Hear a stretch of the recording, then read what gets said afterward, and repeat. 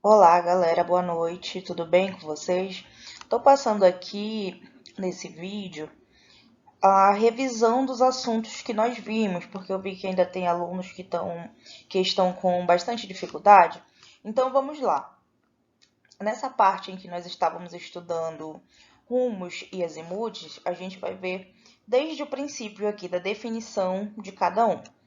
Para que a gente consiga ter uma poligonal de um determinado alinhamento topográfico, todo alinhamento ele vai ser definido por meio de uma reta, como a gente está vendo aqui, ó. Aqui a gente tem o exemplo de uma bússola, tem a direção do norte magnético. Todo alinhamento ele vai ter uma direção, ele vai ter um determinado tamanho, nós já vimos como se calcula a distância horizontal, e ele precisa ter um sentido, uma orientação, que é dado por meio de ângulos. Quais são esses ângulos que a gente utiliza?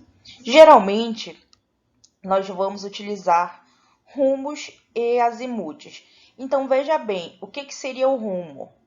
O rumo, ele é um ângulo horizontal. Lembram que nós falamos sobre ângulos verticais, sobre o ângulo zenital? Agora nós estamos falando do plano horizontal. Então, rumos e azimudes são ângulos horizontais.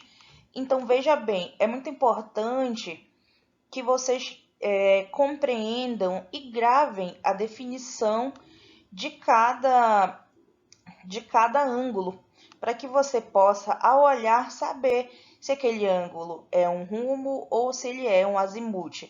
Então, o rumo ele vai ser um ângulo horizontal, onde ele vai partir do norte ou do sul, ou seja, aqui a gente tem a nossa rosa dos ventos com as 4 direções, norte, sul, leste e oeste.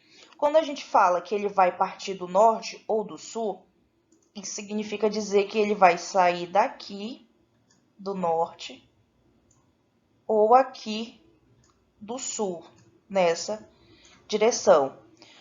No sentido horário ou no sentido anti-horário, ele sempre vai sair daqui, ó, seja do norte ou seja do sul. Pode ser do norte para a direção leste ou do norte para a direção oeste. Do sul para o oeste ou do sul para o oeste, do sul para o leste, na verdade, do sul para o oeste. Então, o rumo, ele vai ter essa direção, essas direções aqui. Além disso, ele varia de 0 até 90 graus, ou seja, ele só vai ficar entre os quadrantes, porque aqui no nosso caso, no nosso círculo topográfico, aqui a gente vai ter 0, aqui a gente vai ter 90 graus, aqui nós teremos 180 graus, aqui nós teremos 270 graus e aqui nós teremos 360. Cada quadrante possui 90 graus, então o rumo ele só vai ficar entre os quadrantes. Então, repetindo, 3 informações básicas. Pode partir do norte ou pode partir do sul. Tanto faz o sentido, pode ser no sentido horário ou no sentido anti-horário.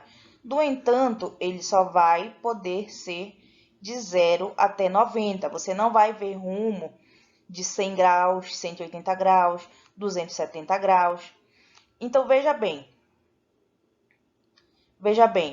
se ele só vai ser de 0 a 90, quando você determina um rumo, ele deve ter a indicação do quadrante onde ele está situado. Então, veja bem, esse aqui seria o primeiro quadrante. Esse quadrante é o quê? NE. Esse aqui seria o nosso segundo quadrante.